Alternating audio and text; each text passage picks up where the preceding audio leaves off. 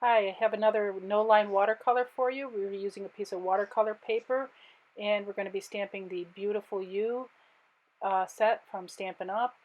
And here's the card we're going to make. We're going to use a half sheet of vanilla, which is 5.5 by 8.5, and a piece of early espresso.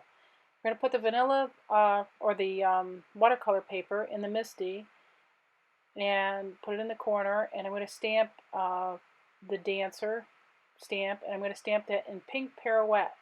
Now you can use blushing bride for this, which would work too. The pink is a little pink, but depends on what color skin tone you want. I'm going to remove it from the MISTI, and I'm going to start with the hat, and I'm going to use that in Hello Honey. I'm going to just color it on an acrylic block, and I have my small water brush.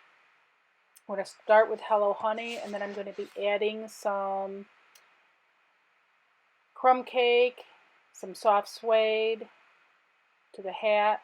I'm going to use crumb cake and a little soft suede on her arms and legs. Put the shadows in. The soft suede will be a little bit darker, and her hair was done in chocolate chip. I took a little bit of all the colors and I added them into the shadows. And when I did her dress, I did that in rich raspberry, just speeding this up a little bit so it doesn't take too long. And then I'm going to do the verse. Now the verse I actually did in two colors. I have Dapper Denim for the Live, Laugh, and Love part of the verse. So we're going to put it back in the MISTI. And the stamp is clean. We're going to position that exactly where I want it. This piece of watercolor, I usually start a little bit bigger because I'm going to actually trim it down a little. So I'm positioning that verse straight on the paper where I want it. And then closing, picking it up. And I'm going to start with the blue, the Dapper Denim. And the Live, Laugh, and Love are the only things I'm going to color in. Now when you color a stamp with your markers, use the brush end and stroke the stamp in the direction of the bristles. Don't go back and forth sideways, because that's how you're going to ruin your markers. That's how the felt tips get all messed up. A little bit of piece didn't come out right, so we're going to just add a little bit in there, put it in again, and I'm going to speed this up.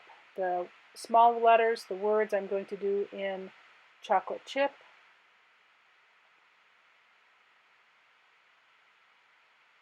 And then we're going to take it out. And now I'm going to trim it down. Now I'm using Lawn Fawn's Stitched Rectangle Set. I'll put a link on my blog for that. I'm going to put it in on the magnetic platform and position it so that you get everything in that rectangle so it's straight. Put the cutting pad on top and run it through.